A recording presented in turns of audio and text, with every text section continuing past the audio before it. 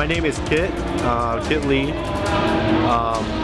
Born and raised in Southern California. My biggest hobby is obviously racing. I've been racing now since 2006, but I've been into racing since I would guess 1999, maybe 2000. If you're a car enthusiast and you love cars and you love going fast, and if you habitually drive fast on the freeways, try this out. Go either to www.speedventures.com or just go on Google and search local track events in your area. You'll find something. I really encourage you to come out here and experience this firsthand and know the feeling of racing. Originally, this car was my daily driver. I put an engine from an Acura TL Type S out of an 07 TL Type S. It's a J35A8. So let's go over the car. It's equipped with these Buddy Club limited edition carbon seats, Sparco harnesses. Sparco provided those. Custom roll cage, or well, roll bar. It's a 6-point roll bar. Custom fabricated by Circle City Hotrods in Orange, California. Also equipped in the car is a NRG quick release, and then a Nardi personal steering wheel. A full standalone ECU would be too much money right now for me. I can't afford it. So what I did was I just wired up the Acura TL Type S ECU to this car, and then I wired up this piggyback unit from Greddy It's E-managed, and it's able to get the job done for me for now. The engine's built and it's capable of probably doing 8,500 RPMs, but I won't be able to see that until I have a full standalone engine management system. Here we have a APR GTC 200 wing. It's equipped with risers, so it could be a little bit taller than what it came with. What this does, it helps with downforce in the rear. It gives more aero grip in the rear. The car is equipped with SSR Type F wheels. We did a 18 by 8.5 inch wheel in the front, equipped with 225 40s size tire. They're Hancook RS3s. The front is equipped with 265/35 Hancook RS3 on a 18 by 9.5 inch wheel. What that does is it helps with the understeer.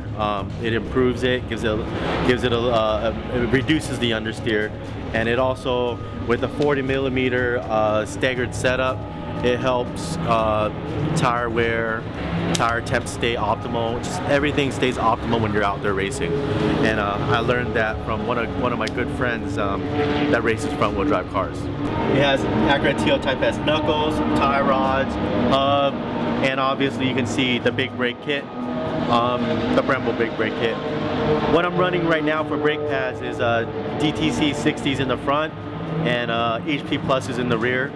The problem I've been having is too much bite in the rear with equivalent brake pads, so I went with a lesser aggressive brake pad in the rear to correct that.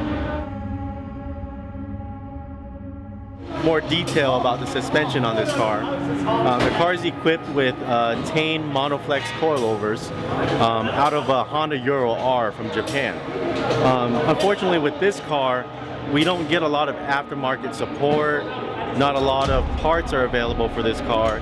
So what I had to do was do a little bit of research and figure out what cars are used in racing in Japan that utilizes the same chassis or similar chassis as this car.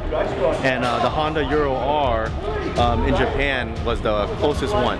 So it's equipped with Tane Monoflex coilovers. The upper control arm has SPC ball joints that are adjustable to up to 3 degrees of negative camber. I'm shooting for a custom upper control arm, which we'll be making soon, and that will be shorter in length. My goal is to get 5, but I'll be happy with 3.5 degrees. As you can see, I'm very patriotic. I'm proud to be an American. I'm proud to be a U.S. citizen, and to be representing that out there, to show that out there, I wrapped my car with flags. I get a lot of comments about that. Most of them pretty positive. People always ask, like, how long did you spend on that? Because these are actually individual stickers and vinyl stickers, and I cut them and spent a lot of time putting them on. This here's a friend's shop. It's Project Import. They're really good friends of mine. They do really good work, and I appreciate them for that. And that would go to the engine.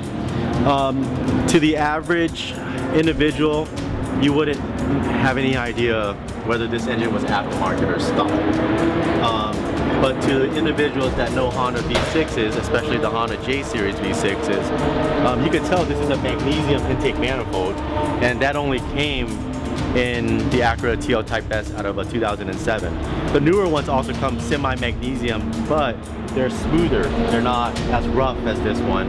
This is the engine I put in the car. It has, again, CP pistons, Carrillo rods, LA sleeve, SuperTech valve train, and a cylinder head that's ported on the exhaust side. I didn't port the intake side because it matches with the gasket. I don't want to modify the gasket, and it just doesn't make any sense to port the intake side when the car does not have any trouble breathing in air. It has more trouble emitting air. A lot of enthusiasts don't use this engine for performance, but what I did was I used it. I drive this car in the street sometimes, and I get about 31 to 32 miles to the gallon.